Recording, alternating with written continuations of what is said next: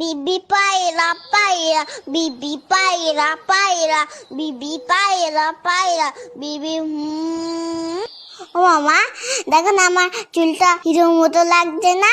হ্যাঁ তো, তবে বাবান চুলটা আরেকটু কাটিয়ে নিয়ে আসি চল, তাহলে পারফেক্ট হিরো লাগবে।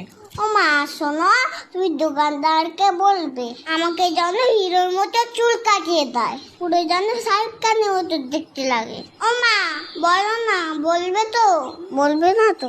উফ, চুপ কেন করে রয়েছো, কথা কেন বলছো না? হ্যাঁ হ্যাঁ রে বাবা, দোকানদারকে বলবো তোকে শাহরুখ খানের মতনই চুল কাটিয়ে দেবে। ওকে।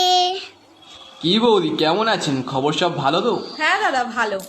আরে বাবান, কেমন আছো?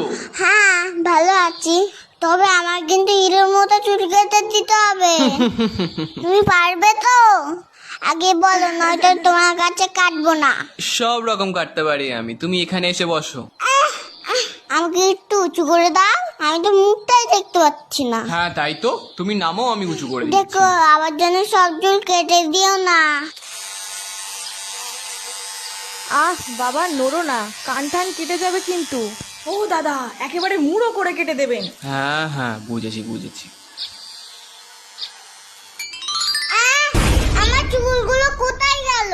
ও বাবান, তুমি কাঁদছো কেন? তোমাকে তো রজনীকান্তের মতো লাগছে দেখতে। ওটা রশ্মি যায়নি না, আমার চুল আবার লাগিয়ে দাও, না হলে এখান থেকে আমি যাবো না।